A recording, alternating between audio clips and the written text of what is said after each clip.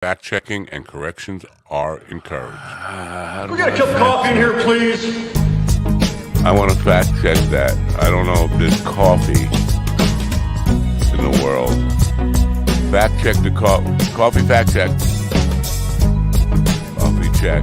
Check. Give me the. No, I don't want the check. Bring the check to the other person. I'm not paying. Fact check. Fact check. Give me the fact check. Fact check. Fact check. Damn good coffee and hot. Yeah.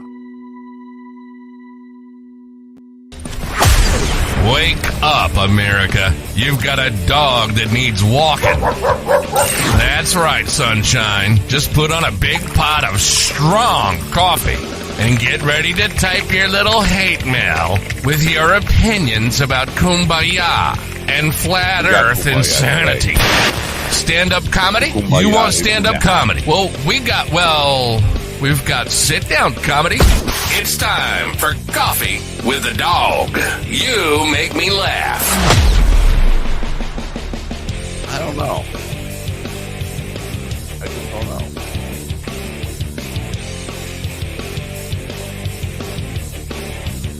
Oh, it's a big day today. Big day. Big day. Yesterday was a small day. Medium sized day. Today's a big day. Big day. Not really.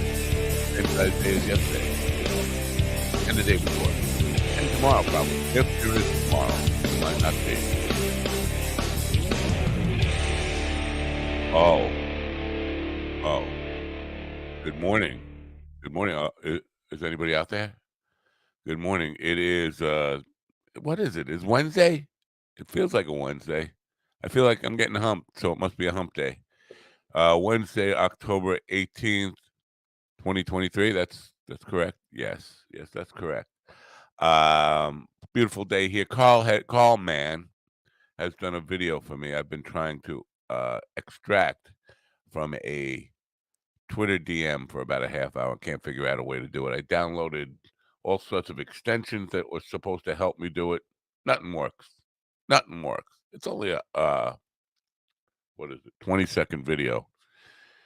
It would have been worth a chuckle, but I can't get it for you. I'm sorry about that.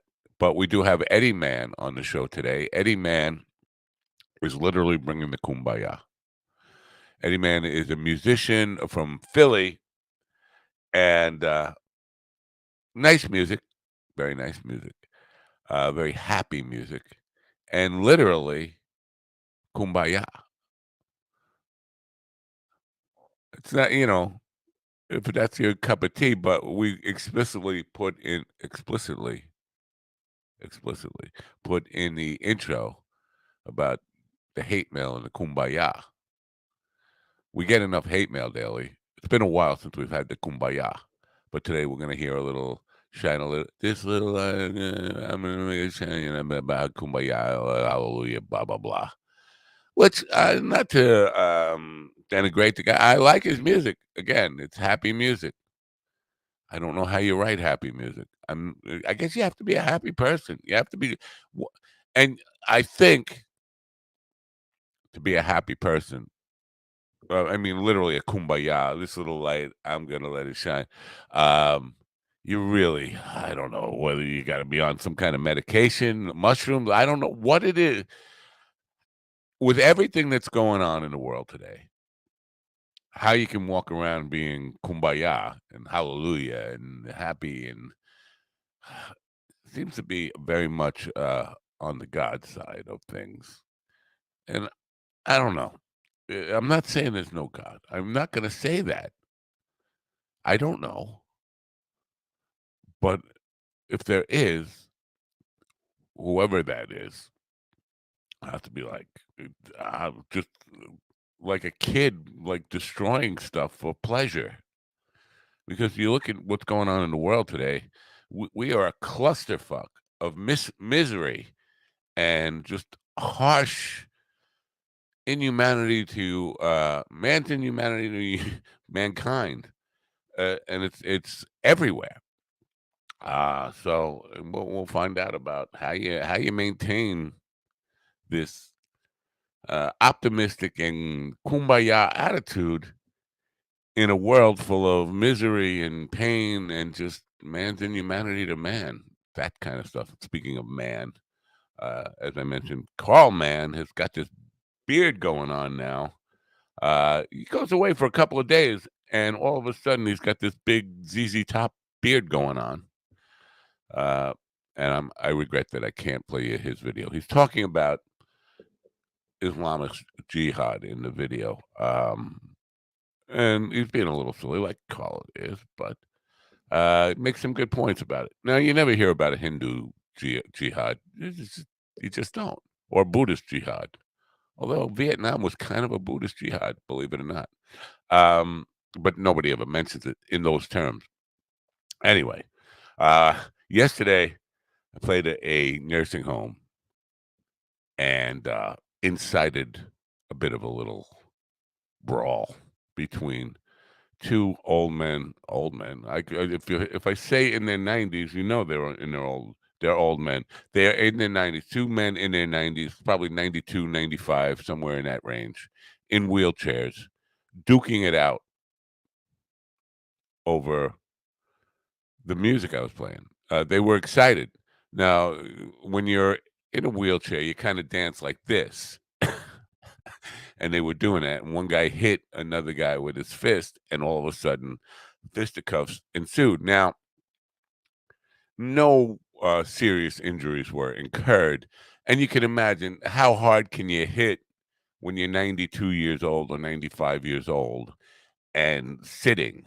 So there's that. I mean, but there were fisticuffs, and the poor nurses' aides had to get in the middle of it. I felt like this is a forecast of my future. I could see myself being in one of these facilities, and some dude like me comes in to play music and just starts rocking out a little too hard, and before you know it, one of the other residents doesn't like the way I'm getting into it, doing the deadhead boogie, and we're brawling. Um, so that was an interesting thing yesterday. Today I have to go do an interview, and I'm not looking forward to it. Going to be interviewing about my congressional campaign. As you know, I am running for Congress in New York 3 in 2024. It's a long way away. We haven't even hit election day this year, so it's a year and 2 weeks away. I'm not really looking forward to answering questions about the issues, all the issues that people might be concerned. I definitely don't want to talk about what's going on in the Middle East because I don't have any answers. My answers are this: if you believe that God created all humans and that he wants them to have war and destroy each other, and he's taking sides in it, you're a special kind of stupid. I don't know. Again, I'll come back to I don't know anything about God. I don't know anything about creation. I don't know about anything about any of these things. But I do know any being that is capable of creating the universe would not be that kind of stupid to just create it and watch people destroy themselves for believing God is on our side. God's on our side. God's on everybody's side. He's not for the side of blowing up hospitals. And yeah, oh yeah, he killed some more kids for me. For me. Oh, I mean, that's teenage infatuation kind of. Oh, he did it for me. Yeah, he robbed a bank for me. He killed somebody for me. He blew up babies for me. It's ridiculous. One last thing I want to talk about before we go bringing the boys in and getting the party started here on a Wednesday, on a hump day. Scientists have discovered a mysterious blinking light in space that has been blinking for 35 years, every 21 minutes. And it doesn't fit. There are blinking lights in the sky that they've identified, but it doesn't fit any of the patterns of the other blinking lights. It started 35 years ago. Here's where it gets really weird for me personally. 35 years ago, I was doing a radio show on NYG 1440 AM in Babylon, New York. Babylon, standing tall and proud. I was my little Warren Green imitation. You wouldn't know. One of my guests was Paul from Ooh. That was according to Paul, he was from planet Ooh. That was the name of his planet. It's not a actual name. It's just a sound. I hope I got that note right, or he's going to be very upset with me. Anyway, I was just being silly like I always do. And I asked Paul to show me some proof that planet Ooh even exists. Now, it's so weird, man, because this is the kind of stuff that would make you a believer if you weren't a believer, if you were willing and wanting, if you were like Mulder, I want to believe. He told me that his planet was 15,000 light years from Earth. And as the way he was going to prove to me that the planet was going to exist, he was going to send a signal to them to strobe periodically, send us a blinking light. This is 35 years ago. Send us a periodic blinking light to let us know they exist. Last year, let me get to the amount. Since 1988, which is when the show was, the object known as GPM J1839-10 has been blinking every 21 minutes. Scientists have no idea what the flashing light is in outer space, and it is not usual. Flashing lights are not usual, but this one doesn't fit any of the normal patterns. So it's been blinking every 21 minutes since Paul gave him the okay to send us a signal. I'm not saying that's what happened, but the timing lines up absolutely perfectly, and it's just baffling, and nobody knows what it is. The study was discovered. The object began in January 22 when it discovered, but the team found a long period magnetar that occurred disguised for some time similar. Stumbled across GPM J1839-10. It also produced long-lasting radio waves, 5 times longer than the original magnetar.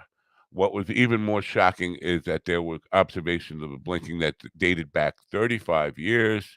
The discovery of the blinking light that is 15,000 light years from Earth has been flashing for 3.5 decades every 21 minutes. Assuming it's a magnetar, it shouldn't be possible for this object to produce radio waves, said Hurley Walker.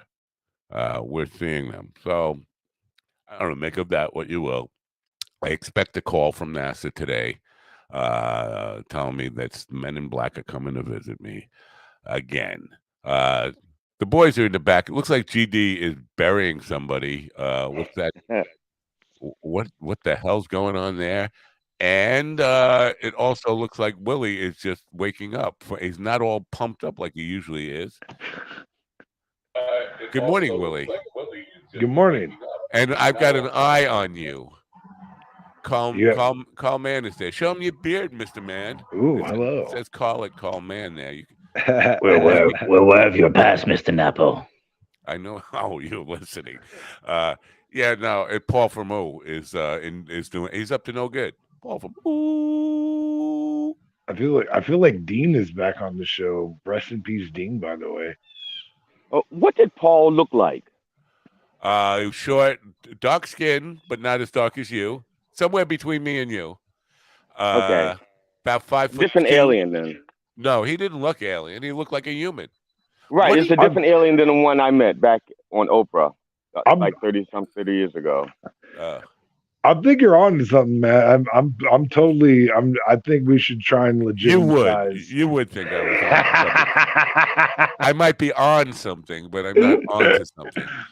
I will say that I do think mushrooms help with the kumbaya for sure. Oh, absolutely. Yeah, we'll get to that because our first guest is in the green room right already.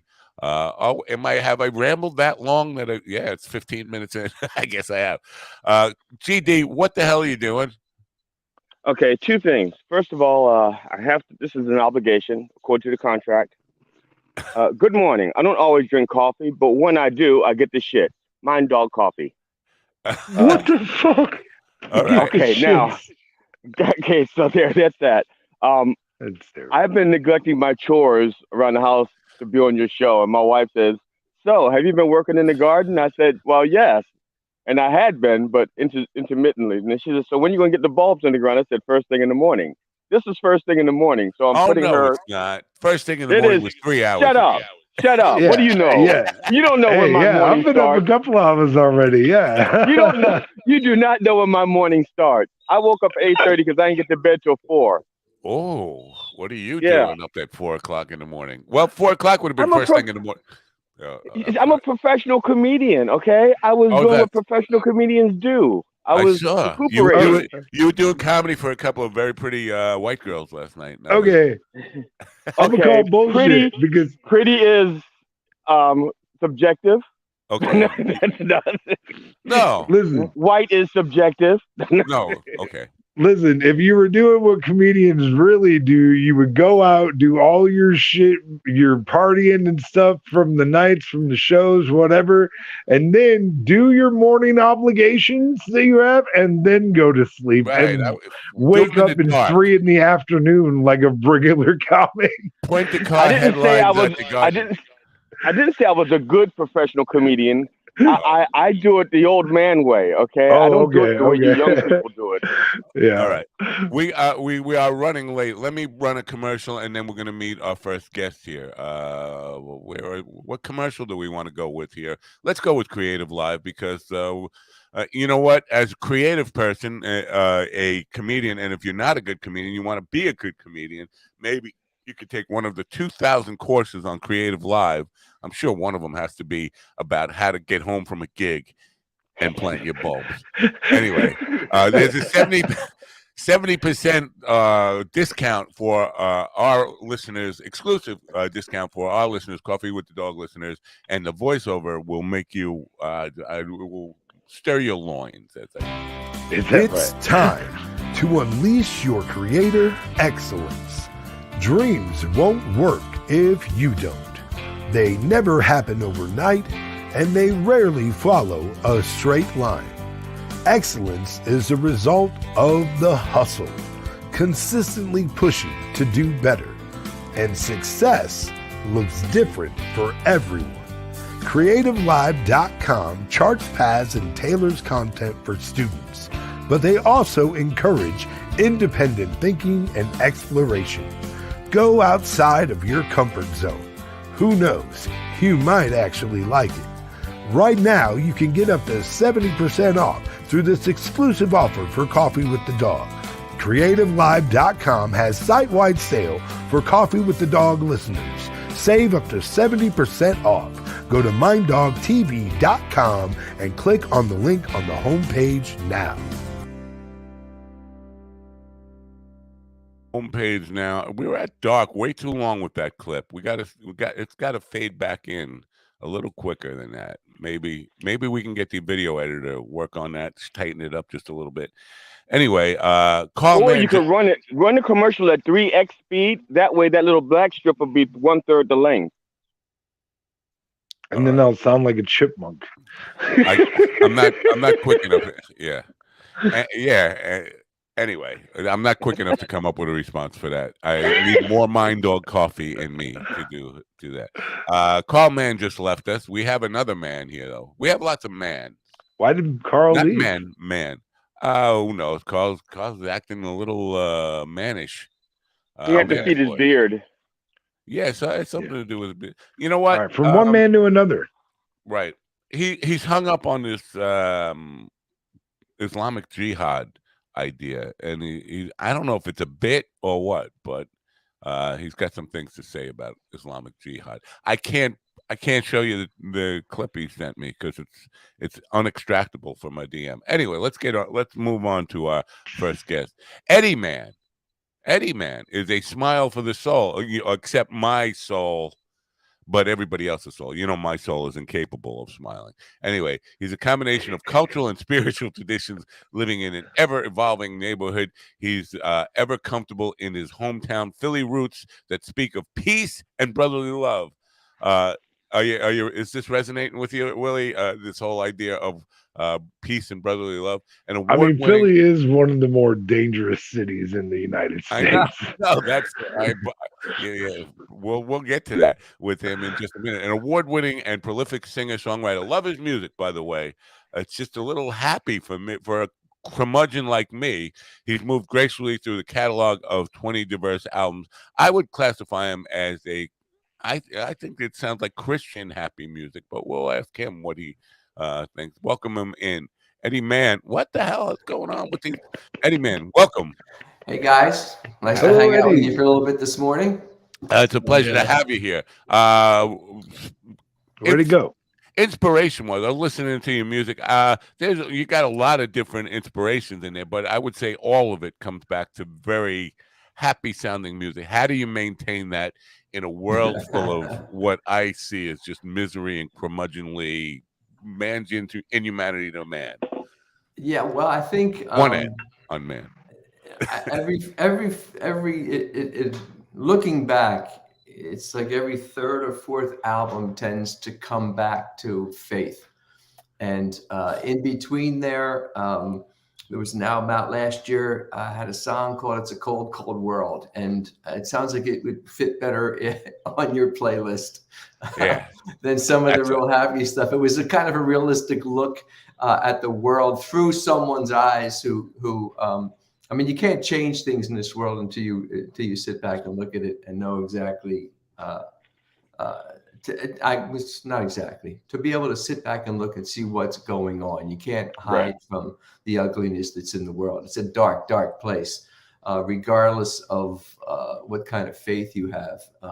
It's a dark world, and for me, I kind of exist in this faith area because that's what. That's not mine, is it? Is that someone? No, that's Willie's dog. Okay.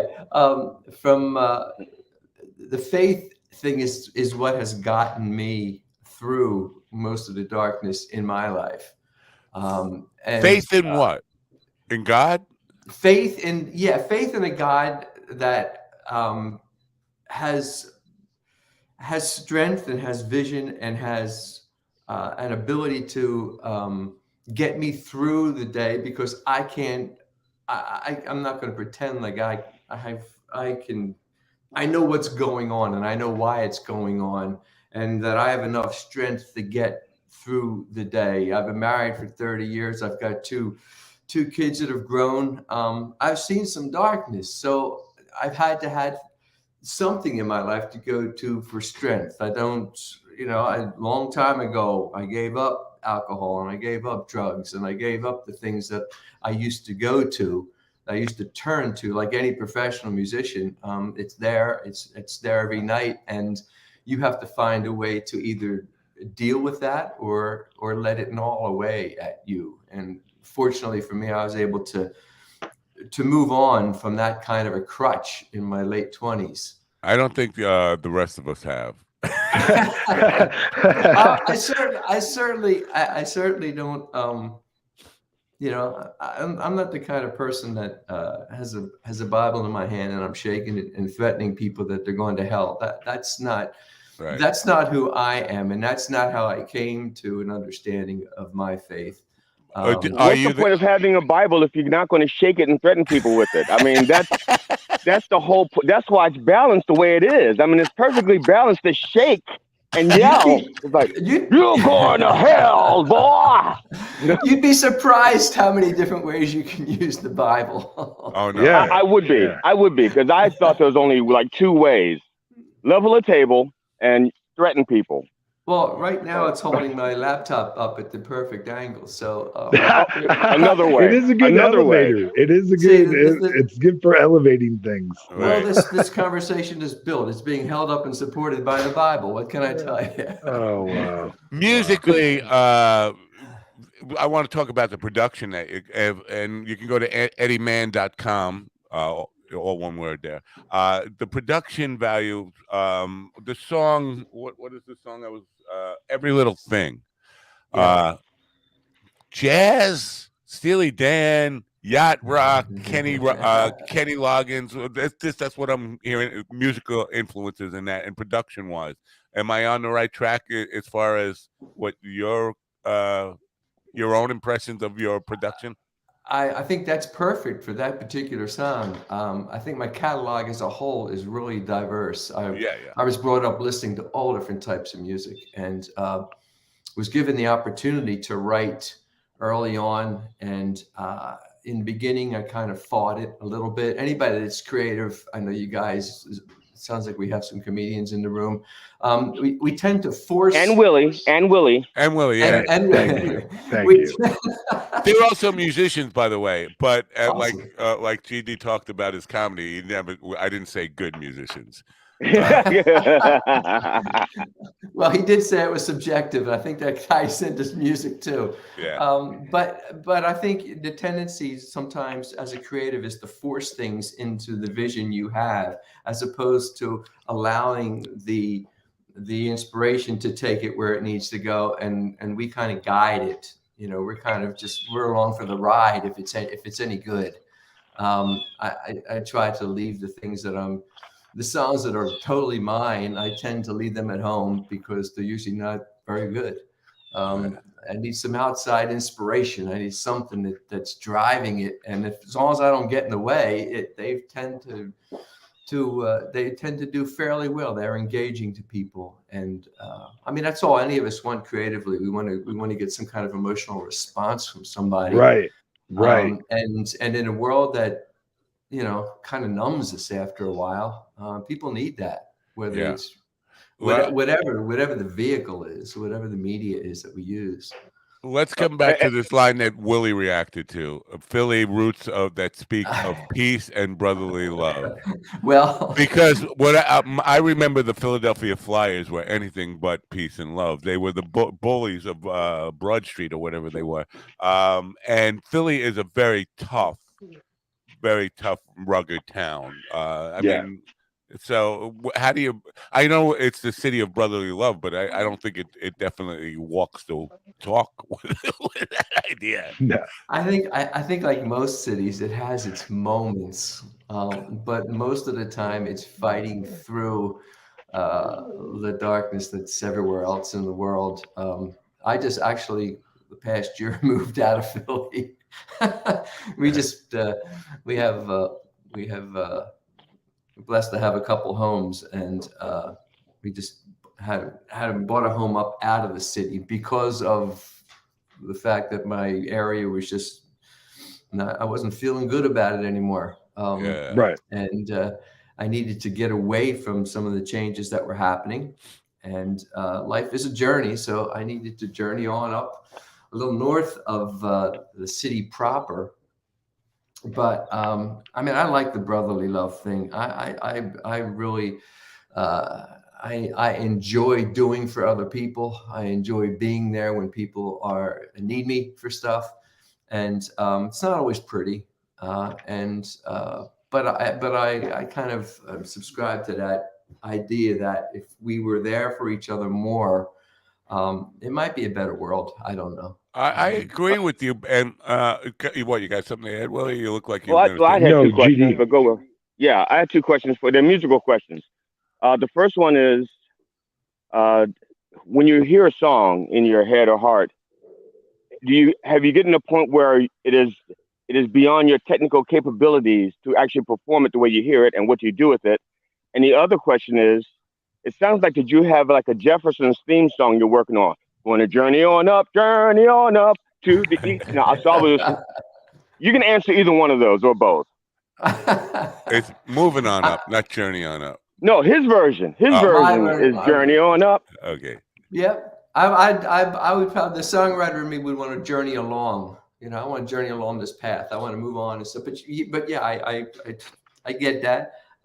Musically, I've gotten to the point where I have a band, and I also work solo. If I'm on the road a lot, I'm solo these days because I just can't afford to bring the guys with me. But I think that the songs themselves, to me, they're a lot like children in the extent that they're maturing and changing all the time. And they're never really, the kids never really reach a point where you go, okay, you're out of the house, you're on your own, because inevitably the phone's going to ring or there's a knock at the door and they're back again. And, your job's not finished there. And the songs are kind of like that. They change. Somebody came up to me not that long ago and told me, I love this song you do. But on the second verse, I heard you a couple of weeks ago and you sang this. In the second verse, he's telling me I sang a line wrong in the song. And I said, I knew exactly what line it was. I told him the line. I said, is this the one you're referring to? He said, yeah. I said, well, if you listen tonight, it's going to be different again.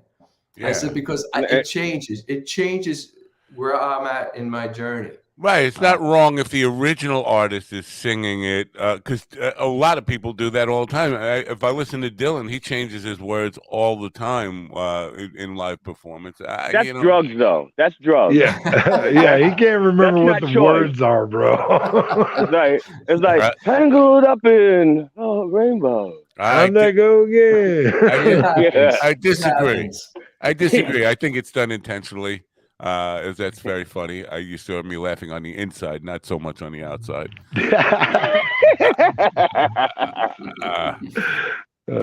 So are you an optimist? Because earlier I think you said you change people behavior or something like that. It's words to those effects. Are you an optimist that we can facilitate positive change in humanity through music? Because I used to be, when I was in my teens and early 20s, I was of that self-delusion that positive music could change the world. I was a John Lennon guy, and me too. Imagine. I lost that decades ago and can't connect to it anymore. Are you a believer? I'm definitely an optimist and probably an idealist. I think if I did not have a faith kind of thing driving me, and I was just reaching and looking around the world for the strength to think that way, I probably wouldn't. I probably wouldn't be writing some of the things that I'm writing. If I can share to one person in a particular moment what's gotten me through something, and they can grab a little nugget or something from it to ease their pain or whatever it is, or better understand or whatever it is, then that's a good day. That's a good moment. And that song has fulfilled a purpose at that moment in time. So yeah, I prefer that people left an event feeling better than when they came. Right. I mean, that's again, you want your creativity to get some kind of emotion from somebody, and the last thing I want to do is send somebody out in tears, and somebody who's just, they came out to get away from the horror of their life, and I just like rain on them for an hour. No, you've never done crowd work then. Yeah, I was gonna say I've actually driven people out of rooms before. That's definitely happened. Oh, I want to talk about some of that later on after we say goodbye to Eddie, because yesterday, and we'll come back to this really quick, but yesterday I caught Tom Segura and Matt Rife talking about being good people, and they were also talking out of both sides of their mouth. One, I love confrontation. I love to bully my audience. But I don't understand why they don't like me. It's just for no good reason at all. I honestly thought you was gonna say Eddie, man, is funnier than Tom Segura. I was going to break my coffee mug. Well, so far he has been. Oh my! Oh man! Anyway, yeah, That's I funny. understand that that wanting people to kind of leave feeling happy and with a positive experience. I mean, that's kind of been the theme of this week because I went to a show last Saturday night that I walked away feeling very disenchanted with the experience that I was presented at an entertainment. So you want people to walk away from that, but how do you make sense? Because your most recent song album is Chapel Songs, and that seems to be a religious type of thing, and a lot of your work seems to be bordering on chapel. It looks like a religious or evangelical type of message that you're trying to put out there. How do you balance that with all the darkness, especially now you see people fighting, killing each other in the name of God? How do you balance that hopeful message with this tragedy and just meanness in people that we're seeing worldwide? I think that's why the album has changed a little bit. If you go back, the previous album to Chapel Songs was an album called Trio, and it was written really about surviving day by day. It was not something that would be sung in a church. It was not something that I would deem worshipful. The ideology behind it was scriptural, because that's who I am. I would be lying if I wrote about something else that wouldn't be truthful. Chapel Songs came about because I served for a period of time as a worship leader at a church. And I never wanted to do that. I never asked to do it. I had released an album and a pastor called me, a pastor from a church that I had never attended, never met him, called me up. He said, "You got 15 minutes on a weekday afternoon?" I said, "Sure." And I went, spent 3 hours with him and left. And I was a worship leader, a paid staff member at this church. And he heard something positive within those songs that he thought that I was the guy that was going to start a new service at the church. And I spent, I don't know, 15 years there as a worship leader on Sunday morning. And obviously I had already had a career as a musician, professional musician. I could do that in my sleep. When my kids were young, I took a kind of a little sabbatical from that and taught so I could come home each night and hang out with them. And I wanted them to know what I looked like. So I got into this church thing, and I was not a spiritual leader. I was used to, if guys didn't perform to the level I expected, I'd fire them. But now I got volunteers. These are people who their heart's right, but their fingers can't find the notes on their instruments. I had to figure out how that worked, and I bruised some souls along the way, and I've apologized to them over the years. But that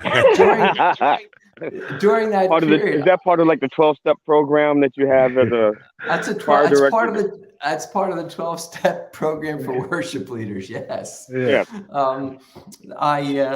But they encouraged me to write from the beginning. So I started writing for the church and writing in the pastor's language. And I had a great old hippie pastor from New York that had filtered down into this church, and we got on like really well. And I've got songs that churches are singing across the world on Sunday morning, and that's a unique situation, one that I never expected, one that has changed our whole life. My wife and my lifestyle has changed from it. But I just think that each song has a different purpose. Each album has a different purpose for me. As I said, Trio was very focused on people that were coming out of the COVID situation, coming out of that season, and there's songs in there that deal directly with that. And I think that's the album that starts out with this, it's a cold, cold world. It's just a hard look at how dark the world is. You can't change it if you don't see it. But chapel songs to me was kind of a return. I find my own life settling back down again. And I found myself sitting back and looking at my life. I have the blessings that I call what I have, where I live, 2 homes. I got a home in Melbourne Beach, Florida, on a barrier island. It's a beautiful environment.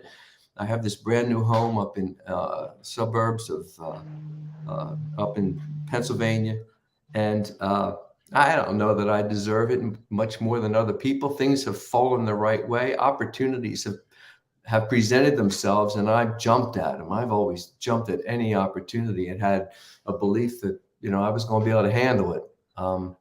So I just got to a point. It was like time once again to write something for the church, and I wanted to write it in a way where it was really simple. Right. The people who can't get their fingers to find the notes, I wanted to write music that was really simple, that they could play, that they could take into their church or their group or whatever. We throw the word church around a lot, and it means different things, and religion means a lot of different things. And certainly the idea of someone being a Christian, it's a ugly term today in a lot of places because of the way people have misused it and called themselves one thing and then acted in a completely different way. Right. But we're all broken. So yeah. On the this is all the way back in the 90s on the DC Talk album. In between the songs, they had a little excerpt that said the greatest single cause of atheism in the world today is Christians who profess Jesus with their lips. Well, but they profess with their lips and then walk out the door and get on by their lifestyle. That is what the unbelieving world simply finds unbelievable. Right. Yeah. Well, I think if you look at a platform like Facebook, what it has become is certainly not what anyone envisioned in the beginning. And everything. Oh, sure not. Yeah. Everything. It is. Well, I beg to differ. It was a money-making venture, and that's exactly what it is, a money-making venture. It was really a way to connect college students. I guess he wanted to make money and get laid in the back of his mind. I guess that I'm talking more from the ideological viewpoint of it being able to connect people. But it wasn't necessarily, look at how much negativity and how much darkness and how much it's been misused. And for me, almost everything that man has created, man has found a way to misuse. Right. Has used to be able to use it against their brother or sister. Yeah. And so religion is no different. Religion is no different. Christianity is no different. I agree. My music sounds the only thing different between one of my albums and someone else is the lyrical content. And really, Christian music's the only one that's categorized by its lyrics. Yeah. I think Christianity is an easy target because there's so much of that's what we're exposed to in a Euro-American type of culture. It is the predominant religion, and we see the hypocrisy more. But if I live not too far from a large group of Muslims, and they're just as hypocritical. They preach the faith, and they just don't walk the walk. And it's very hard to find true Christians who live up to the message of Christianity according to what it's supposed to be. And so you see all this hypocrisy. I think religion is one of the worst inventions of mankind ever. It's this idea, and like I was talking about that in the intro here, is that we come to this idea, and who knows what some people think they know. I don't know what the truth about creation and all that is, but the idea that God is on our side, God likes our religion, but it's like, whose side was God? By the way, you a sports fan, because whose side was God on with the Philly and Jet game? Because apparently he was on the Jets side. He likes New York better than Philly. So what do you think about that? Well, it was very painful. So I found Sunday afternoon very painful. But I also think that there's this idea that if you profess to be a Christian, that you no longer are a broken person, and that's so far from the truth. Nothing changes. Right.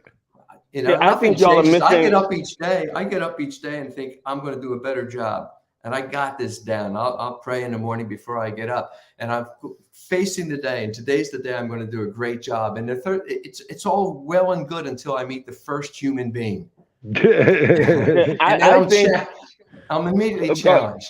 No, go ahead. I think y'all have gotten God's participation a little bit mixed up. I really believe in the heart of hearts that sometimes God wants to do things, but Mrs. God says you can't until you finish like putting the bulbs in the yard. Wow. And so God has to be like in the garden, like putting petunias and alliums and But the daffodils. idea that God is on one side or the other, here's where it really falls apart, because God is on the Philly side, but he's on the Jet side. He's on the Philly side in baseball, not the Mets. Phillies, not the Mets, but in football, he's on the Jet side, not the Phillies. Yeah, So, I'd like to, for me, he's on the side of humanity. yeah. Yes. But we've got, but Yes. we're brought up and we're scripture will tell us that we have this free mind, this ability to do what we want. We can either follow this journey or not. It's kind of like my kids. I bring my kids up and I show them the way to handle money, and I show them how to deal with other people. And at some point they branch off and they do their journey. I've given them an avenue to follow. That doesn't mean they're going to follow it. And they haven't. They've strayed from time to time on the path. And that's the human condition to me, that I gotta find. Thank you for reminding me of something. Last night, 2:00 in the morning, I wake up like at my age. You wake up every 30 minutes to pee, and I woke up and I have this tendency to check my phone. I don't know what, to see what time it is, and then for some reason I look at news in the middle of the night. The news feed that's on my Apple phone, and one of the stories came up. Science has, after many years of study, science has proved there is no such thing as free will. And I thought, well, What the fuck? he was just talking about, that idea of we have this power to choose and make, decisions for ourselves. But according to this, and I didn't get to read it, I said to myself, I'm going to read that first thing in the morning before the show, and we'll see what that's all about. And then it was gone. But You didn't have a choice. Yeah, exactly. Oh, wow. This was last night? Yes. I got 2:30 this morning. I want to read that. I want to be challenged. Yeah, I love being challenged.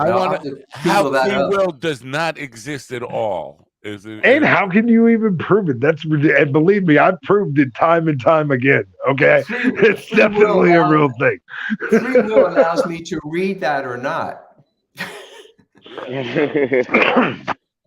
Like I've had the power of choice and made the wrong choice a number of different times. Amen. Yeah, well, I'll find it and we'll talk about it tomorrow. But it's very interesting that science would even study the possibility, because that means that, and I've been talking about this for years, that science and religion, or the idea of something bigger than us, have been getting close for years and years. They were moving apart. Like if you were pro-science, you were anti-faith, anti-religion. Right.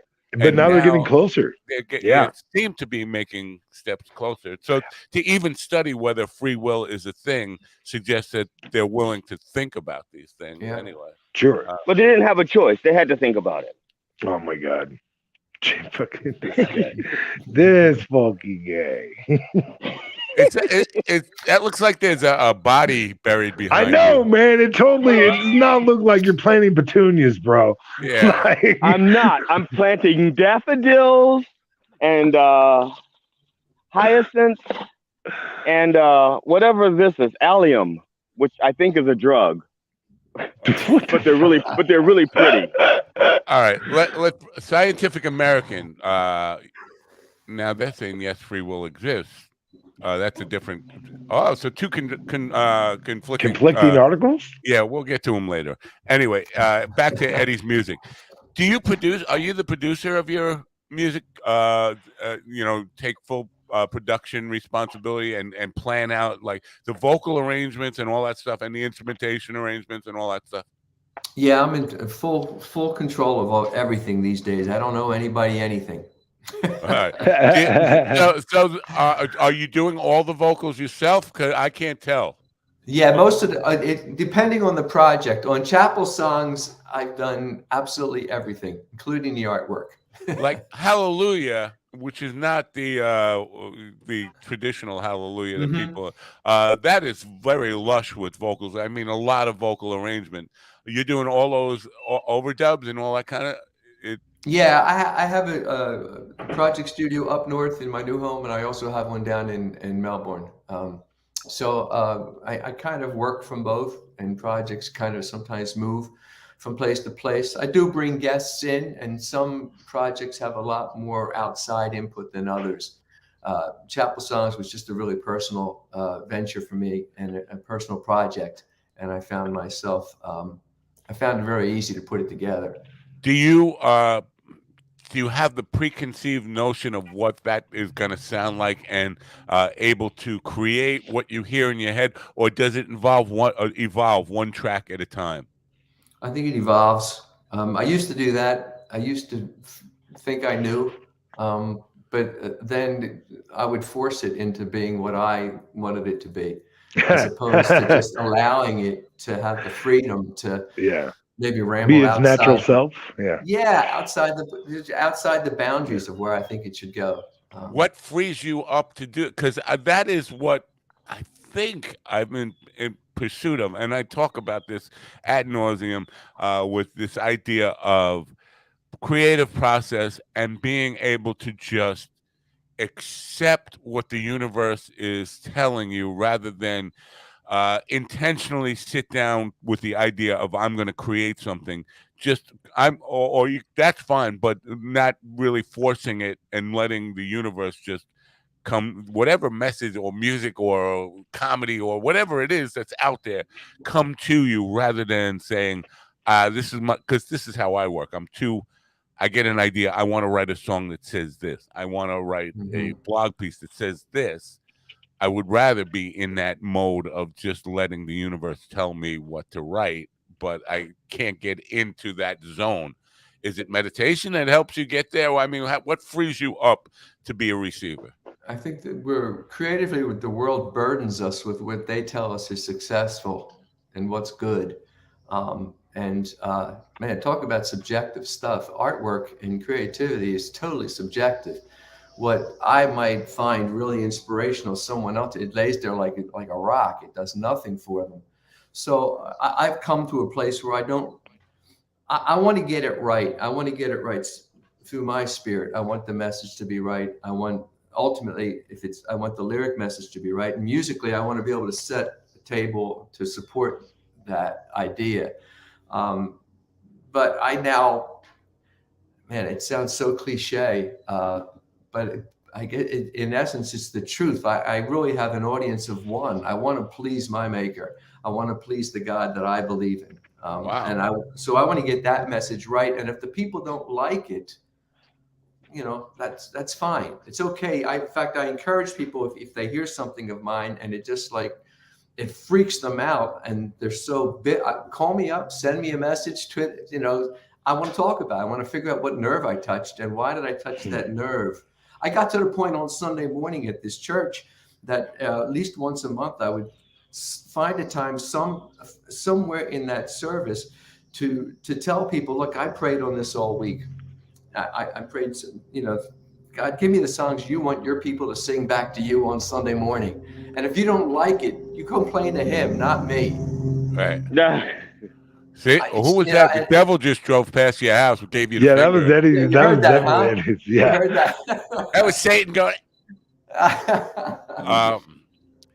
Are you brave enough to define God? It's not a question of bravery. I think it is.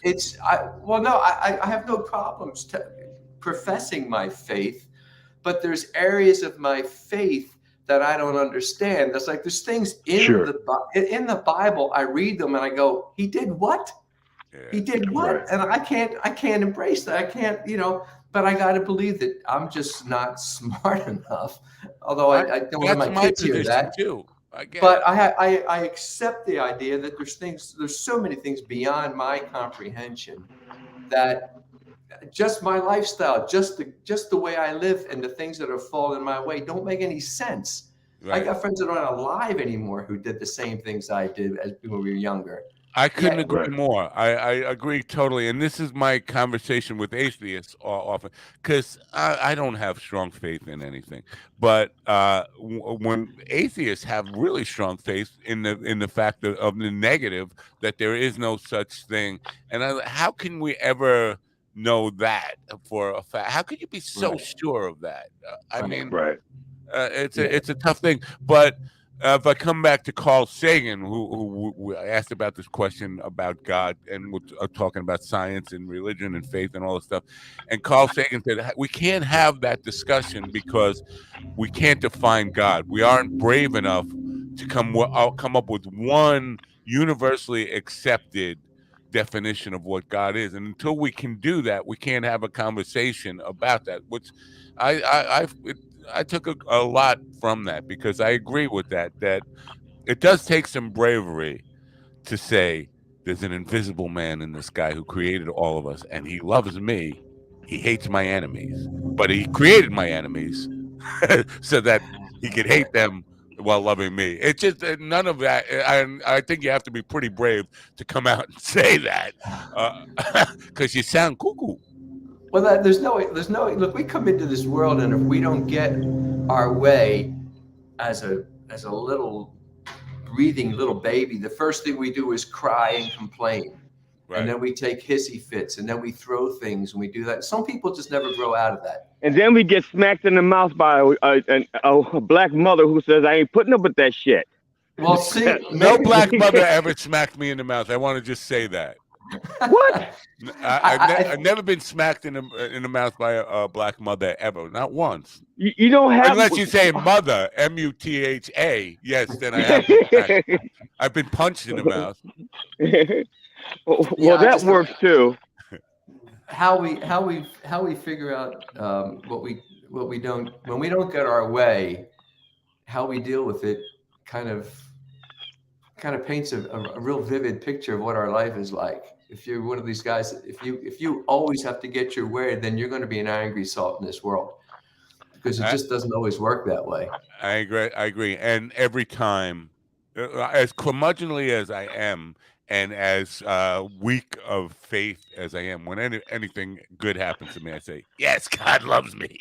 That's an interesting thing in and of itself, because one of the more interesting arguments for Christianity that I have a hard time combating is that it's one of the only things like faces of God or names of God that's profaned.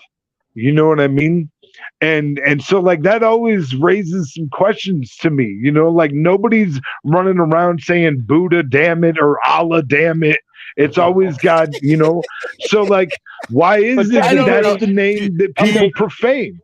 Technically, hold on. Go ahead. Do you know that to be true? Because I don't speak Arab, sure. I'm not much of a world traveler. Maybe it is being said out there, and I just don't know it. That's true. That's what I mean. Okay, go ahead, GD. I'm sorry. Now, technically, when they say nobody knows God's name. So if nobody knows it, you can't take it in vain. Okay, that's the first thing. So if his name is unknowable, which he says it is, he says, Moses goes, "What's your name?" He goes, "Well, just tell them that I am sent you. That's not my name. Just tell them that."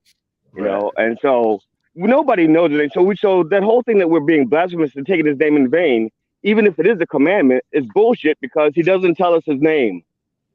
So that's like, yeah. So that's the first thing. That's the first thing we'll discuss with God. GD, he just put an O in the middle. What if God is Voldemort? That could be. Right. Right now, my God is in the house right now, waiting for me to finish these balls. Oh, I know that already. You indicated that about 20 minutes ago, bro.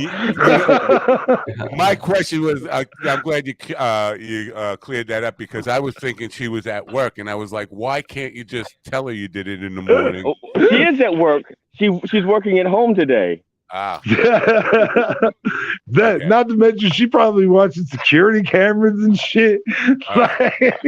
Let's kind of get back to Eddie for 1 second before we. Sorry, Eddie. We have to let him go. On your website, eddieman.com. Oh, I heard Jordan Peterson. Did you hear Jordan come through? Oh, it's very nice. Yeah. On eddieman.com. I'm not seeing any tour dates. Are you not performing currently? I have I'm finishing up. I have this Saturday night. I'm in Doylestown, Pennsylvania. There's a venue there called Karen's Place that's celebrating their 25th anniversary. And they've asked myself and my band to kind of be the house band for it. So nice. I am taking a break after that. I'm headed south Sunday. I'll be loaded. The car will be loaded, and we'll be heading south down to our humble abodes in Florida. And I won't be doing it. I don't have any dates again till I think maybe in the new year. I'm taking some time. Okay, if you have more than one humble abode, they're not humble abodes. So stop. Because those of us who just have one abode, they lose their humility when they start growing in numbers. Right. And those of us who have one abode can't have a humble one. It's just abode. This again leads me to that place of there's got to be a reason that I have these places, because I don't feel like the only thing I've done different than most people that I know is that I do not carry debt. I don't owe money, and for all of my life I never did. I always waited till I could afford to get things. There's a lot to be said for that. That is really unique in the world. That's just the way it's just the way I was brought up. My father beat that into me pretty early. I got it in my head when in high school that if I died with a lot of debt, I win. That's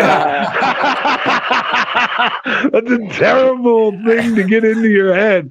Oh man! I've lived like that. Right, I'm life. Sure. Shit! I appreciate your attitude towards that, but it's too late. Yeah, I could never do it either. Yeah, I could never do it. Like, wait. You mean not get this on credit? Actually, just build up money and wait to get this thing that I really want? No way! I'm not doing that. That's crazy. Yeah. Well, I don't have any debt. I don't have any debt. I mean, not by choice. They wouldn't give me credit, but that's not the point. The point is, I don't have any debt, and I have a bode, not multiple bodes. Just a bode. One. It's very humble. No, it's the bode, a bode, not multi, Yeah. This conversation has been insightful. I can now pray for all three of you. Please. Yeah, we need it. We definitely need it for sure. And if I could say anything, free will is better than incarcerated will. Thank you. I appreciate that. Yeah. Well, we appreciate you being here. I am a fan of your music. Listen to it. I like it. I love the production work on it. Wish you great success with it. I hope people will check it out. And it is feel-good music. If you're a person who likes to feel good, not angry like me, and not just be an old curmudgeon like me, check out Eddie Man's music at eddieman.com. Eddie, it's been a pleasure to have you here, and I wish you great success. Come back sometime. I think this is a fun conversation to have. So yeah, we appreciate absolutely. it. Thank you, guys. Enjoy the time together. Yeah. Safe travels. Have a great morning. Bye for now. Peace out, baby. Yeah. A lot to think about there.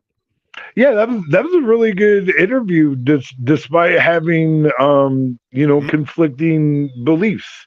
You know what I mean? Or not necessarily conflicting, but just not. I have no. But that's one of the things that's great about you. I have no beliefs. It's not like I conflict with it. I'm just so fucking confused. Right. But I think that's one of the great things about this podcast is the diversity in voices that you hear from. You know what I mean? Like there's something very beautiful in that. You know what I mean? Let me speaking of diversity, let me play this just really quick. Comedians who are funnier than Segura.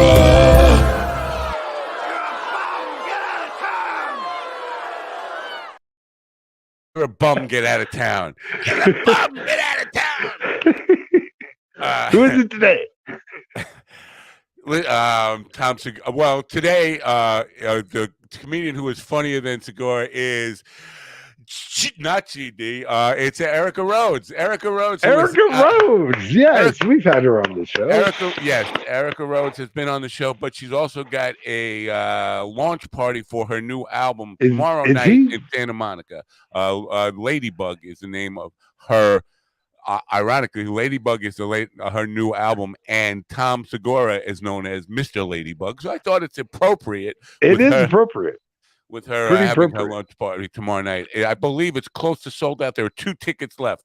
So you can get them today. If you're in the Southern California area, go see Erica Rhodes at a launch party. There's going to be music. There's going to be comedians. There's going to be, I don't know, probably gratuitous sex.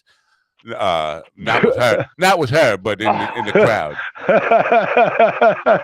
And she is funnier than Tom Segura. I did want to mention that Tom Segura and Matt Rife. Have you seen any of the clips of it? Have you been exposed to? I haven't. I did see that Bert and Tom are going to be doing a show in Vegas together for the Super Bowl. I think like Super Bowl weekend. Vegas. I think they're going to be in Vegas co-headlining. I saw that. It's obviously taped a while ago. It's 2 Bears with One Cave podcast, but Bert is not there. It's Tom Segura and Matt Rife.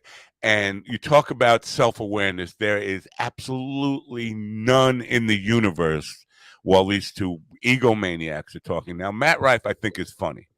I think he's a talented young kid, but his apparently lack of self-awareness, his egomania, and his delusion came through, and Tom Segura just battled that with more bullshit, hypocrisy, contradiction, self-contradiction, and ego, and all this stuff. I'm gonna go. You're gonna make me listen to it. I'm gonna have to. You have to listen to it and listen to it for the contradictions. Tom Segura is talking about how you have to ignore people. Don't ever punch down on people. Just be a good person. Just live your life. Know that you're a good person and don't worry about what people think about you. And then you see his stuff on where he's punching down on people and insulting people and caring about what people think about him all the time and concentrating on that. That's his message. Matt Rife and he's talking about how he used to be fat and people just his audience changed when he got skinny, when he lost weight. Okay, he didn't get skinny. He lost all that weight. He said his audience changed. And that's so... the audience didn't change. The audience is the same. You changed. You became an egomaniac. You became a punching down bully, and the audience is reacting to that. Matt Rife is saying, oh, they were judging you on your appearance? That just doesn't make any sense at all. Why would people judge you on your appearance? And then he's there in all these pictures, like in his model boy stuff, talking about how wrong it is for people to judge you by your appearance, and it doesn't make any sense that people would. It's just full of all sorts of contradictions and ridiculous stuff and bad advice from people who don't live their own advice. It is the essence of Seguraism. Willie's popping out and popping back in. Anyway, so that's my take on the Tom Segura thing for today. And apparently I'm not the only one who has been noticing the change in Tom Segura. There's lots of videos out there about it. I'm going to see Matt Rife in February. Yeah. Yeah, he'll be in Sioux Falls. And actually, the way that I got a ticket to the show is a friend of mine, her and her husband bought like 8 tickets when he announced that big world tour. And I mean, those things were selling out like hotcakes, you know? And so they bought like 8 tickets to the show thinking that they'd have a bunch of friends that wanted to go or whatever. And it turned out that only a couple people wanted to go. So they had like 4 extra tickets or whatever. And she put this thing on Facebook saying that they had some extra tickets that they were thinking about either giving away or selling. And that if anybody wanted one, that they should write an essay about why they deserve to go to a Matt Rife show. And I don't know if you know this, but while I was in prison, I used to teach how to write essays for the GED test. I was a GED tutor, and I literally taught like I don't even know how many students how to write essays. So I wrote an A+ fucking essay and sent it to my friend, and she's like, "Yeah, you're totally coming. Like, there's no way I'm not taking you." Like, Okay. yeah. Ian wants to know why the suit keep falling, and I'm with him on this. I don't understand why suit keeps falling. But Actually, Sioux Falls, when translated, is Sioux Falls is laughing water. Actually, laughing water is what that's supposed to mean. that Or no, mini haha, mini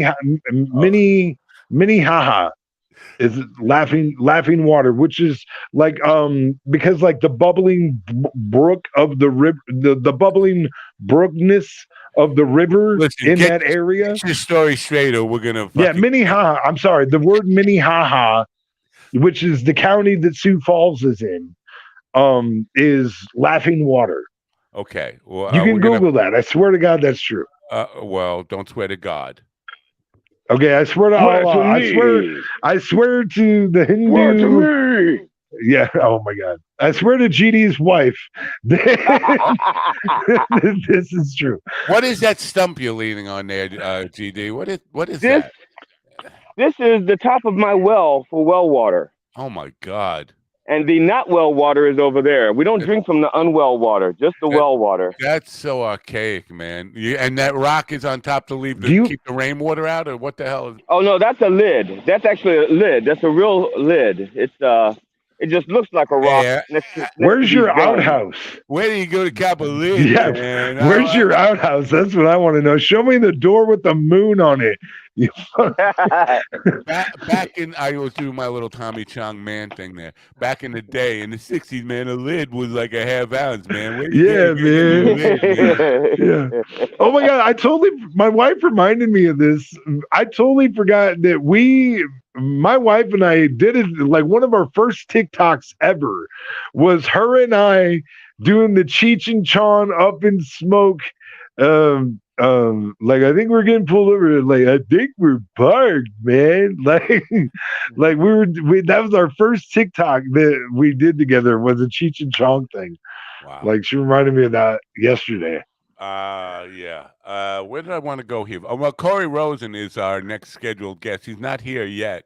I hope he remembers. It seems like he might not remember. Technically, he's got a couple minutes though. Right, he does have a couple minutes. Absolutely. I do have some on this day stuff or today in history. Oh, you want to do that? Yeah, we can do that. All right, but I got to play the intro for it. All right, here we go. Today in history. Sounds like the guy who's saying today in history needs to really right. And I don't know why, but it keeps playing in my ears, and it says that you guys say it doesn't do that. Like you're in. It's so weird. Well, I wanted to talk to you before we know we already played the intro, but there's a city in Kansas that is paying people $30,000 to move there. You should move there. Anyway, we'll talk in Kansas. Yeah, do that today in history, and we'll talk about that. I smoke way too much weed to be living in Kansas. I know. Well, they are not weed friendly there. Go ahead, do the today in history. What happened today in history? On this day in 1926, Chuck Berry was born. 1926, you say? Yeah, 1926 he was born. And I found out while I was in prison that not all of his songs are prison friendly. That's true. My ding-a-ling. Yeah, don't sing My Ding-a-ling in prison. That's a bad choice. All right. On this day, give me a line. Wait, before you go on to give me a line from My Ding-a-ling. Give me one line from once I was swimming across Turtle Creek. I knew that's where you were going. Man, them snappers was at my feet. Sure was hard to swim across that thing with both hands holding my ding-a-ling-a-ling. My ding-a-ling. All right, it's Yeah. one All line. right, Holy sorry. shit, not the whole song. I Okay, love the next. song. It's a great song. It's a fun song to sing. Not in prison, though. It's bad image. Bad image. All right. On this day in 1851, Moby Dick was published for the first time. That's right. Wow, That's not right. bad. I added that one because I wanted to say Dick. All right. Wow. On this you needed day an in excuse to say dick. yeah, hey, dick coming out of my mouth. That's all. That's what I want all the time. All right. On this day in 1867, the U.S. takes possession of Alaska, paying $7.2 million, but that was less than 2 cents an acre. What year was that? That was 1867. 2 cents an acre. Wow. Of seven Yeah, it was million over dollars. 500 some thousand fucking square How miles. much of it is really land and how much is ice, though? That's a good question. I'm sure tundra is definitely part of that. Yeah, for And sure. did the livestock come with it? like that's a lot to pay for ice, though, because prorated. Right, there was a lot uninhabitable, especially at that time. Yeah. Yeah. All right, continue. It is also Chuck Lorre's birthday, by the way. I don't know if you know that. That's funny. Also in border news, on this day in 1767, the Mason-Dixon line was drawn. Oh, and GD is pretty close there. You could throw a rock at it. Oh, Right? oh yes, I can. If I leave my neighborhood and turn right, I run into Confederate flags and Trump banners. I'm so Well, sorry. same thing. This is a safe space. Right, We live right. in a safe space here. You're on the north side of the line. All right, gotcha. All right, on this day in 1867, the rules for American football were formulated by delegates from Columbia, Rutgers, Princeton, and Yale in New York City. Wow. And on this day in 1813, Napoleon Bonaparte was defeated at the Battle of Leipzig or whatever. Did I say that right? I don't know know. how to say that town. Leipzig? I don't know. What's the battle he lost? I don't know. Napoleon got beat. Yeah. The little guy went down. I thought Waterloo. Down goes Napoleon. Down goes Napoleon. Yeah, I don't know. It said Leipzig. Lepew. There's a fucking Z and a G in here. Pepe Le Pew. Like you pronounce every letter. You don't have any black friends. You don't pronounce all the consonants in a name. Right. I mean, we have silent letters. We should have silent numbers. Like, if I owe you $75, the 7 is silent. I owe you $5. Right? The 7 is silent.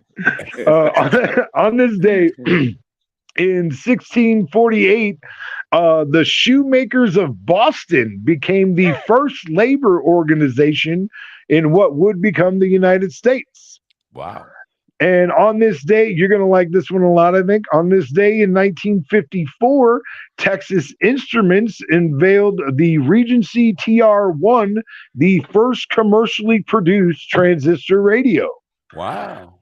And also, finally, on this day in 1962, James D. Watson, Francis Crick, and Maurice Wilkins won the Nobel Prize for Medicine and Physiology for determining the double helix of DNA.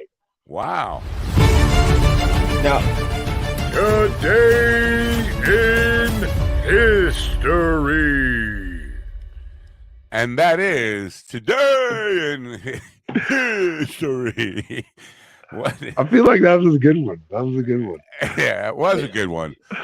Corey Rosen is officially late now, which is a shame. Corey Rosen is the founder and station manager at PBMTV. I kind of thought he might flake out. If you see his picture, it's on the promo for this show, and he looks like a kind of guy who might forget. He looks flaky. He looks a little flaky. He looks like a hippie and I wanted to mention this with Eddie Mann, that some of the almost all of the hippies either are dead or now become religious people. The people from the 60s who were peace, love, and dope are now peace, love, and Jesus and all that stuff. Or peace, love, and hope. Peace, love, and hope. Or peace, love, and death, and worm food. Peace, And love, worm and food, worm yeah. food. Yeah, I have a question from the interview. You mentioned a term that I've actually never heard before, so I'd like a little explanation. What the hell is yacht rock? I mentioned maybe I've grown up too. Maybe I've been around poverty too much in my life. I've never heard of yacht rock. Yacht rock. What the fuck is that? Yacht rock is Kenny Loggins. It's that why don't we steal away? That kind of late 70s, early 80s of. So it's soft rock. No, it's what appeals to people with yachts. It's rich people music, pop music. Let's get physical. Let's get physical. Well, that one. What a Fool Believes. The Doobie Brothers. What a Fool Believes. Kenny Loggins. Whenever I Jimmy call Buffett, you friend, right?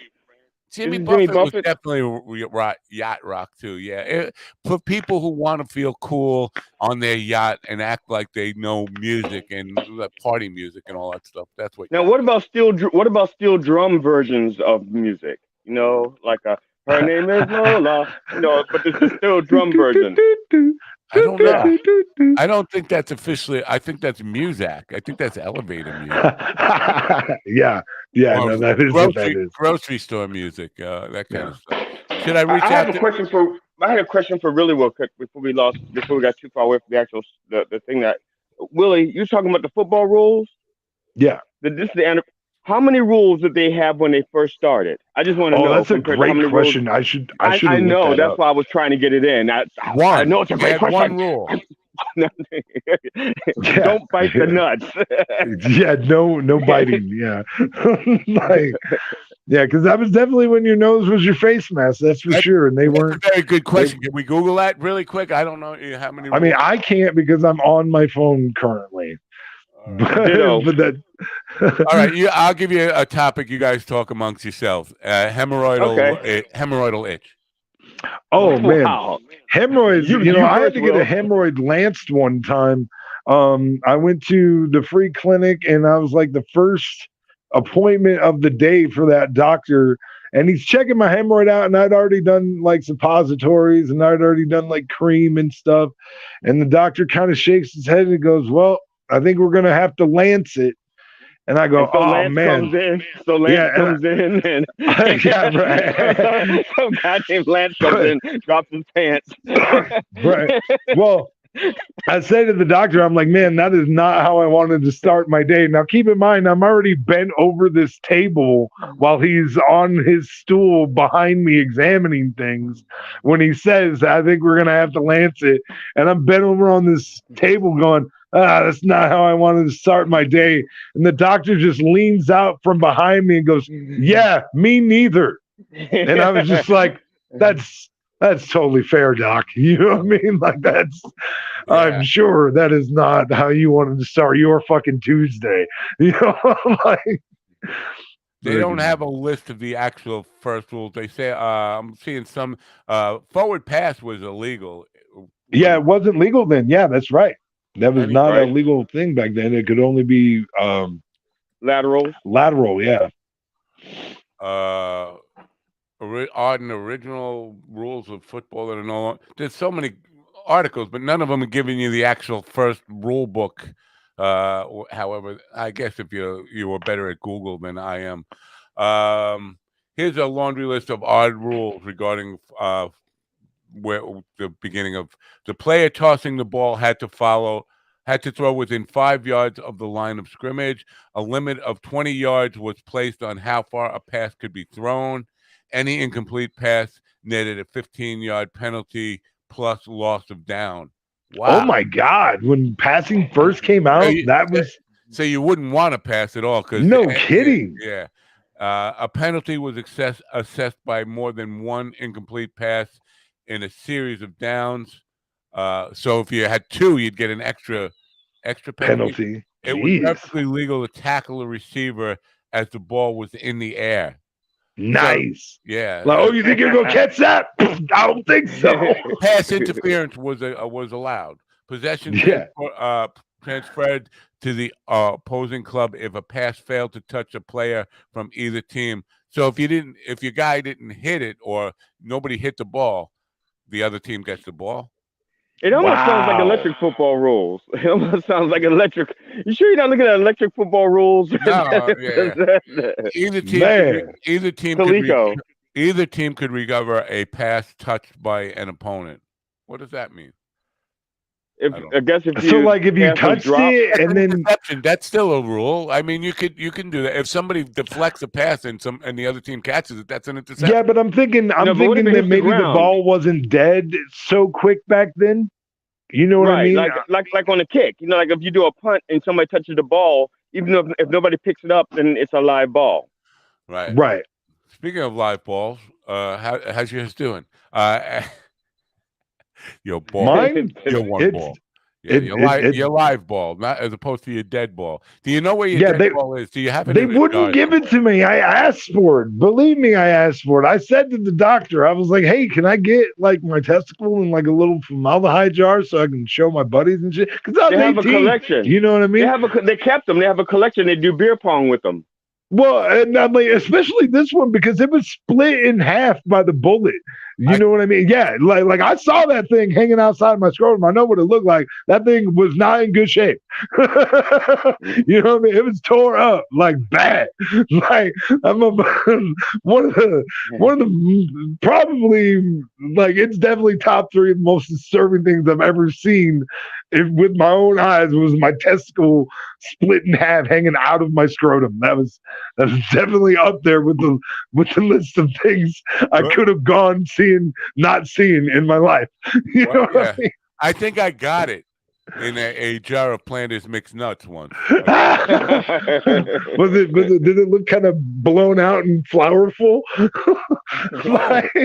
Original football rules PDF. I could. It's probably too long for me to go through all that. Perhaps. Anyway, it's just interesting. You know, football. They played without helmets. Yeah. Rough stuff. Yeah. No, it was rough back in the day. Yeah. Watch horse feathers. Yes. I wanted to. So you were talking about the fight in the nursing home. So I think I told you this, that my first real actual job was as a nurse aide. I got certified as a nurse aide when I was 15. And the nursing home that I worked at, we had some Alzheimer's patients or whatever. And we were getting people ready for one of the meals.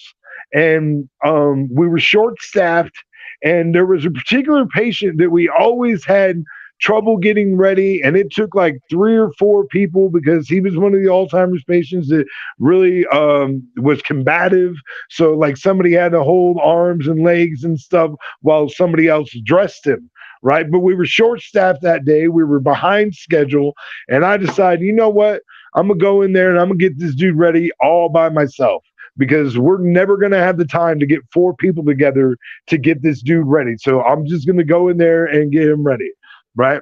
And so I go in there and I do everything, and I get them nice and ready, and I do it in like half the time that would have taken 4 of us to do it. And when I come out of the room, the nurse sees me. She's like, "What were you doing in there?" And I was like, "He's ready to go." And she was like, "Who else is in there with you?" I was like, "Nobody." And she was like, "Well, how did you get him ready?" I said, "Easy. I just let him hit me." Like, you know, like tee off, man. Go ahead. Really, they can't. They don't hit all that hard. That was the point. Like he was 84. What's he gonna do? He's not putting stank on it. You know what I mean? Tell you what he could do. He could bite your thumb right the fuck off, man. Well, and actually, so I did get a talking to, and I was told to never do that again, because what they did tell me, they said what he could do is he could injure himself hitting you. Right. which is part of why we don't allow him to, it's not just to protect us, but it's also to protect them from hurting themselves. So I didn't think about that. And that is fair and true. Like, he certainly probably could have injured himself, like, as I allowed him to hit me, Or So, he could have bit something off. yeah. And maybe Yeah. not, Yeah. and thinking it was your thumb. Your thumb, yeah. Ooh, that wouldn't be out. That wouldn't be. Yeah, right.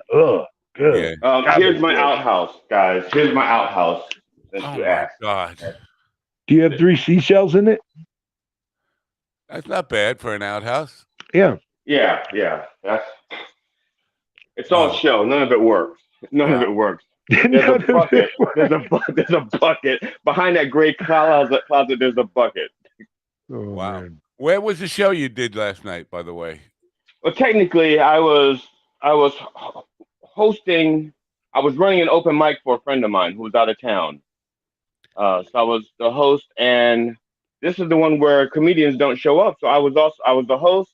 I introduced the one comic that showed up who did 5 minutes, and then I did the rest of the open mic myself as the headliner. So I filled out the rest of the time myself. Man. Wow.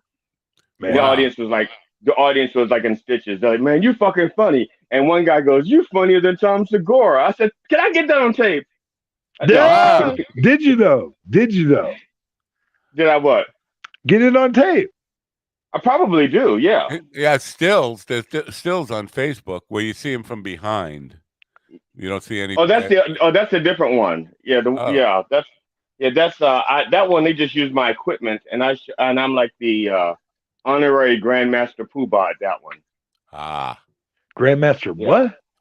Poobah. Come on, man, get with the program.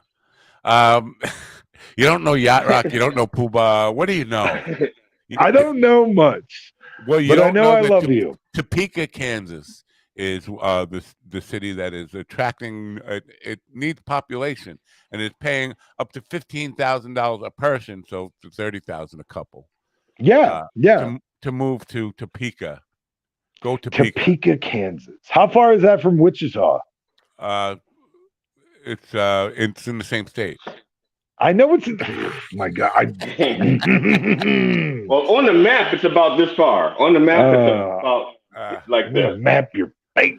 Hispanics are the second largest ethnic group in Topeka. It doesn't say what the first, but I'm assuming very white people. By weight, yeah. Are they the largest by weight or by quantity? Oh, by quantity. Right. I'm certain. They're not. But they only live on one street and 3 houses. That's second largest because I'm assuming there's a lot of big fat white people in Topeka. Hog farming. That's where hog farming was the major. Fuck no! I hate that smell so bad, bro. Like, okay, so my family rented the home that I grew up in. And up until I was like probably 12 or 13, it was owned by like a local family that just, had another property or whatever. But they were like a farming family that lived out of town. And they had a hog confinement. And one time we couldn't make rent. And not my dad's fucking ass or anything like that. No. I'm like 11. Okay. And I got sent to clean a hog confinement because my parents couldn't pay rent. So I had to go clean this hog confinement as like. You don't want to know what the girls had to do. You don't want to know what the girls had to do. Okay. Yeah. I mean, that's probably true. That's probably, I'm not even going to say that might not have happened. My house was crazy. I'm unable to get in touch with Corey Rosen. So here's the deal. He's got the PBMTV, which he's looking for people to do shows on.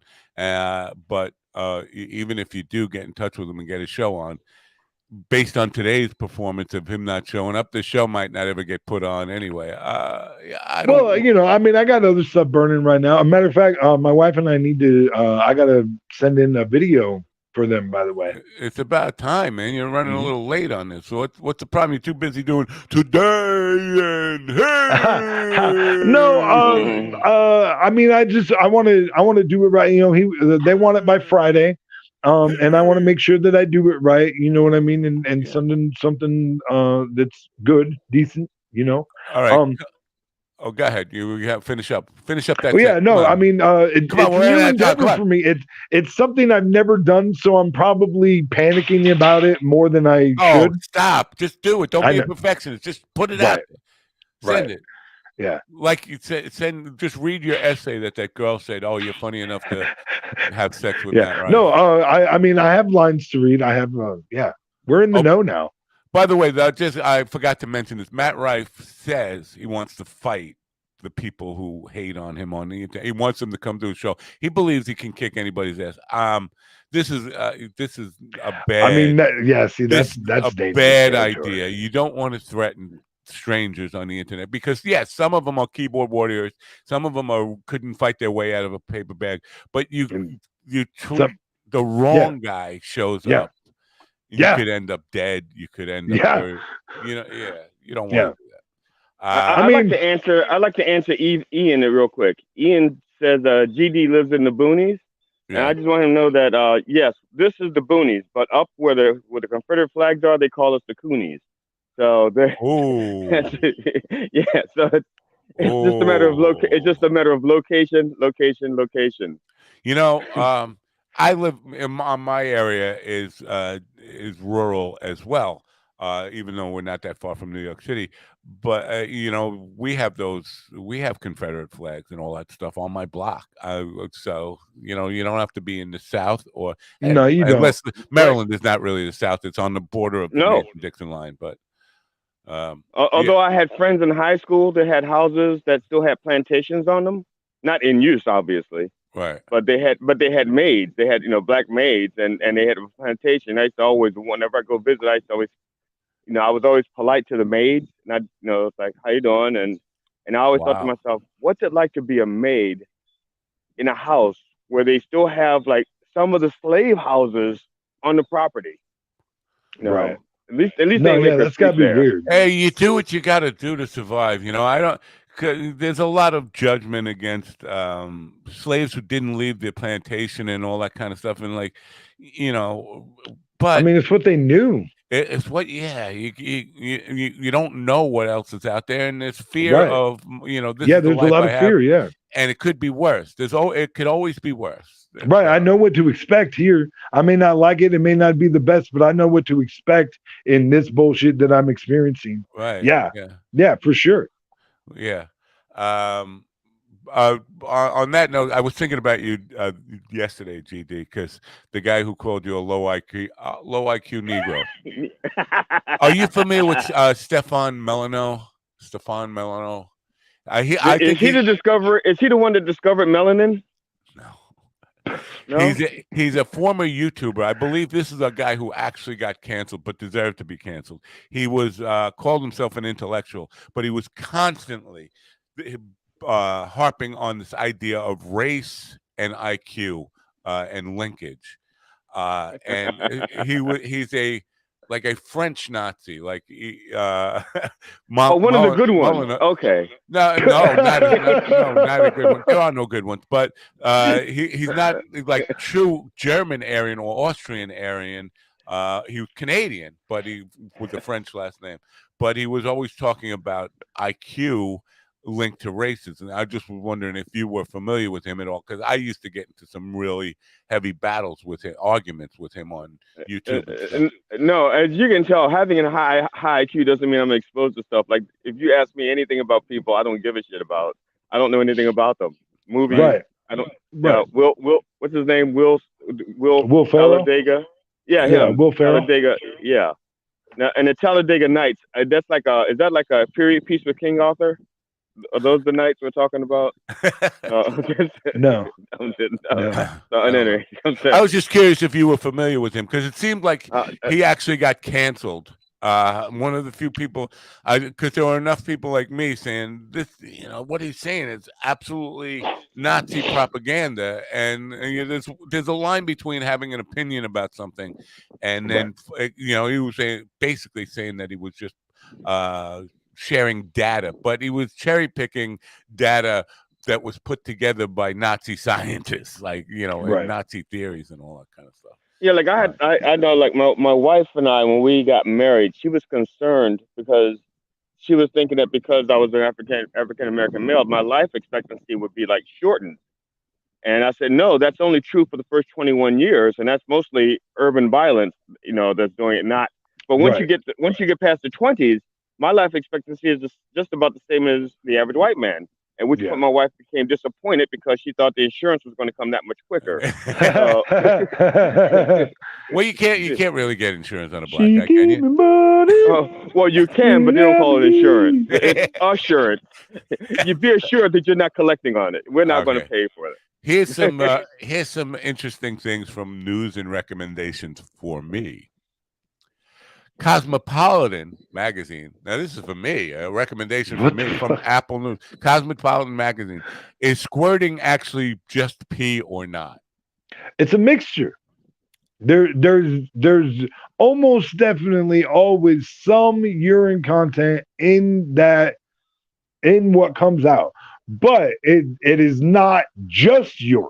Now, have you sat there with a jar to catch it so you could kind of analyze not a jar, but I've caught plenty with my face, bro. I mean, but you can't take that to the lab and analyze it and say, what is the content here? Right, yeah, but I mean, you can, bro, you can tell, you can totally tell, and you can tell if you got a bitch that's like just faking it and pissing on you and not actually fucking squirting. Believe me, I can tell because there's a consistency difference, like 100%. You know what I mean? I'm sorry, I went down that road. So is this the equivalent? There you go. Yeah, you opened this can of worms, bro. I'm just saying, would that be like the equivalent of like when a man finishes having sex?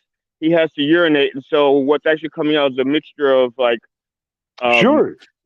So, matter of fact, have you ever noticed that if you urinate, like in short time period after sex, after coming, sometimes you'll get the sensation to have to urinate again and again, and that can be due to the caffeine. That can be due to the caffeine content of your urine mixing with the semen that's left over in your tract, and it will really, literally cause an irritation. Let me just do this really quick. The opinions expressed on this program are those of the host or guest and should not be interpreted as statement of fact.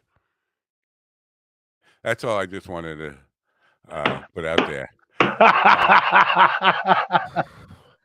Oh my God! It's funny. See, Willie, when you said you get the sensation, I thought York peppermint patty. Right. Yeah. All right, another story that is recommended to me from Apple News is Ingrazia, your expert guide to amazing masturbation in 2023. That's a little late for that because there's only 2 months left. 2.5 months left. And they would have released it earlier if they weren't busy masturbating. Right, yeah, it took a while. they were distracted. So what are they saying? I got 2 months to get it right, and then do the rules change in 2024? I mean, am I going to have to start all over again with a whole new plan on how to masturbate correctly? Amazing masturbation. Come on, you know what I hope happens in 2024? What? I hope Pornhub stops fucking putting all this fucking step family fucking bullshit in my fucking like, dude. I don't know what is it. There's so many different family categories on Pornhub now. It's ridiculous. It's what do you mean? What do you mean? Like caught my stepbrother masturbating, caught my stepsister, got it on with my stepdad, and like all sorts of like just all this family associated stuff. And it's like I don't watch these videos. Like if it's got anything to do with family in the title, like I'm not watching that video. Right. But they're always, anytime I bring up Pornhub, these are like the first videos that are recommended to be watching. And I'm guessing this because they're like most popular or this, that, whatever. It's And a it's like, reflection of the society we live in, and dude, it's people. crazy, dude. It's so crazy. Now, Like, let me ask you this: do you think this is fantasy, or is this really happening in America? well, okay, are this there is what's is people banging each other's brothers and sisters and right. mothers and I fathers? think it's both. I think it's definitely both. I think it's for sure happening. And I think that for the ones that it's not happening for, it's fantasy. But like, dude, I remember when, like, I remember Brady Bunch. Like, if you tried to have that conversation, like, like at least where I was from in the Midwest, if you tried to have the conversation about what happened with Greg and Marcia got it on or whatever, like people would be like, "Ew, gross!" Like there was like great offense, and you would be almost shunned in my little town if you thought that was a cool idea. You know Yeah, what I you know mean? what? I don't know if that's so taboo though. Like, Not anymore. No, that's what I I'm saying. I don't Like even then. I mean, maybe I'm. Believe me, I've never been in this situation. It's never happened to me. I've never had. But if you're 17 years, like an older teenager, right? You've never met this right, person, and then you meet this girl, and she's hot, and your father right. is now marrying her mother. I don't know. I could see how you could want to go there, and not. I don't think it's so taboo. You've never. It's not like she's a blood relative. Not like you've ever Right, known right, her. right, right, You right. weren't And I raised in mean, the there's same certainly family. nothing actually wrong with it. And you know what I mean? Some people would just say that it's morally not, you know. Why? Because Dad got to her mother before I could get to her. Because listen, if you take that out of the equation, and Dad didn't hook up with her mother, and I just saw her across the street in high school or wherever, and went and hit on her, we were both in high Yeah. school You together. know, that's interesting. That would That be is an fine. interesting take on it for So sure. it's just that I wonder Dad how got to many Mom first. I wonder how many times like a parent has gotten married to a parent and then the siblings have gotten married. I'm sure that's happened. That's had to have happened. Had to have happened. Had to have happened. Well, But if I've any, never thought about that until just now, bro. I've never thought about marrying your stepsister. Really? You're just getting around to thinking about that. Yeah, I I mean, like this. listen, bro. Where I grew up, man, you didn't think about stuff like that. And, you know, I think maybe this is why gay guys always used to tell me that I was gay, and I just didn't know it yet. I just didn't come around to the knowledge, you know. I'm glad we've had this moment of self-discovery for you. Oh yeah, thank you. I was in a Thank you. band with the guy, the bass player. He's dead now, so I could say this. I said it when he was alive. Who am I fucking kidding? He was obsessed with banging his cousins. He always his cousins, and he didn't see anything wrong with the idea of having sex with his first cousins. I don't know that he ever did, but he talked about it all the time. What is the bean flicker saying about this? I'm not I'm not. condoning it. My Oh, best should I friend's do the kid voice? happened into that situation. All of a sudden, living with a young adult of the opposite sex, it happens. Yeah, yeah. I don't know. You can condone it if you want. I don't think this. See, the only thing that makes it taboo is that Dad got to Mom first. You know what? Fuck you, Dad. You just pulled the trigger quicker. You Yeah. know? I don't know. My nephew got super mad at me one time when I brought this girl to his place, but because she was like his age, she was like 21, and I was like I think I was 38 or 39 at the time, and I brought this girl over, and he was fucking so mad at me because it's like, how the fuck are you gonna bring a girl my age to my apartment, Uncle? You're a dick, like like you're a fucking asshole. Well, what I want to say is never bring a hot chick or a hot young girl, especially underage, to Governor's Comedy Club. We have to say goodbye to